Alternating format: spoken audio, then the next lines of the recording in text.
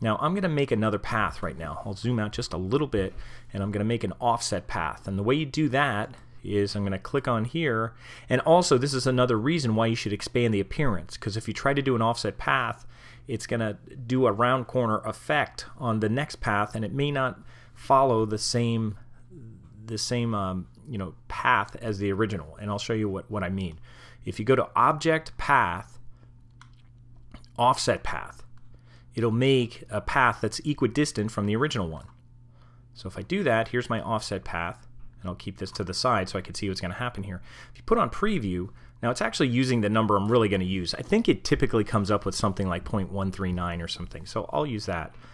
And what it'll do is it'll make a path that goes way outside of that. Now, but with positive numbers, it goes outside. With negative numbers, 0.139, you could see if I re-previewed again, it goes inside. And what I'm actually going to do is do one that's like negative 0.05. It's a little less than a 1/16 of an inch. But I won't have a stroke on that, so it will come in a little bit more, so I don't have to worry about the stroke right now.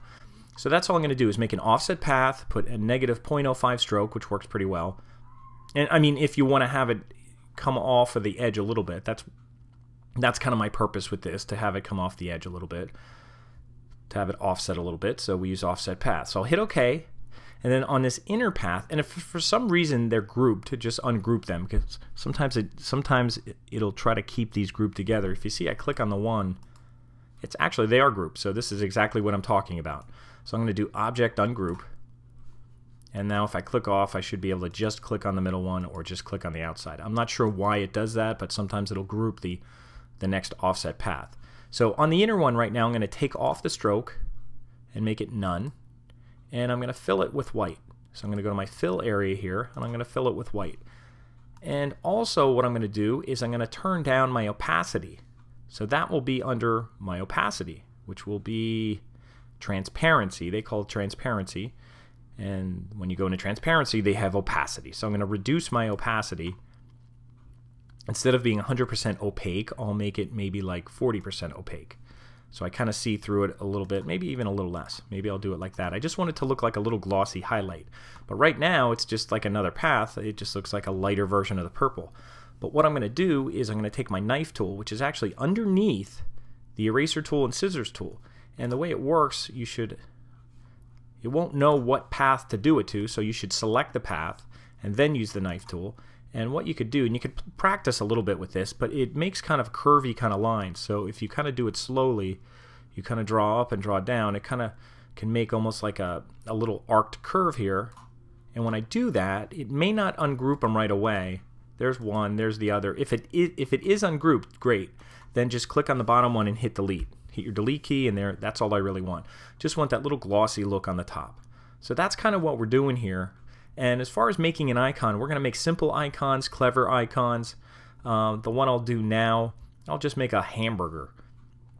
And what I'll do is I'll do this over top of what I have. I'm just going to go to my rounded rectangle. Even though I said not to use that, I'm going to make one. I'll see if it comes out like, that looks like a hamburger.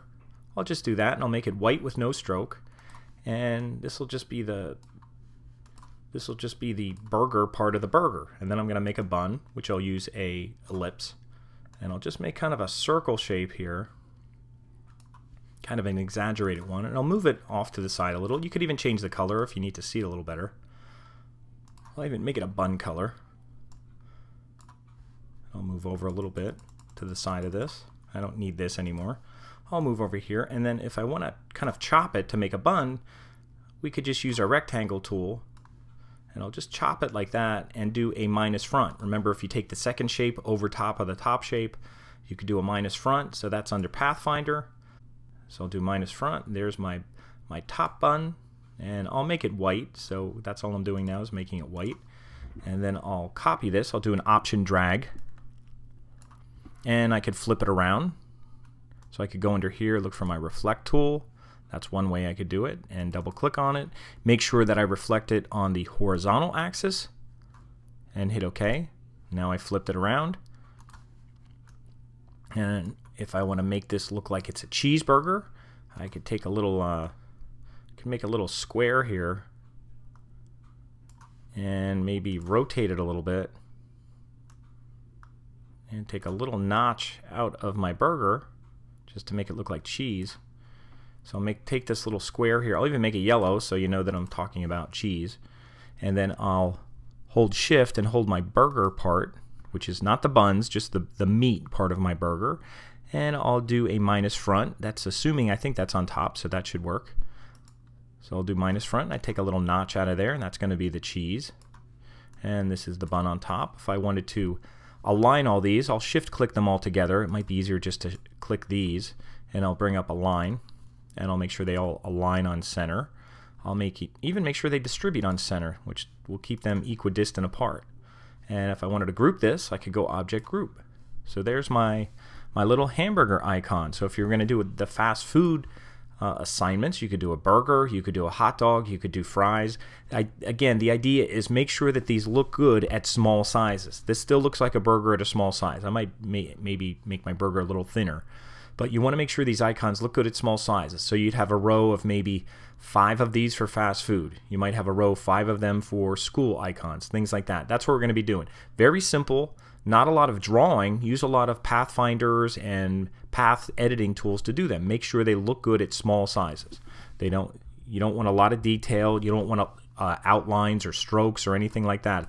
A lot of solid fills, a lot of kind of just negative space in between them. That's what we're looking for this icon project. And you don't have to use this glossy effect, but if you like using that, because I know that there's a lot of flat looking colors that you'll see now, especially on phones and things like that. But make sure it's something that'll look good on an app, it'll look good on a website. These could be used for signs. They could be icon signs that you see in a building so that they're kind of more international, that everybody could read them, that people just see them as icons. But that's what we're looking for. So that was just a couple techniques in Illustrator to review creating some icons.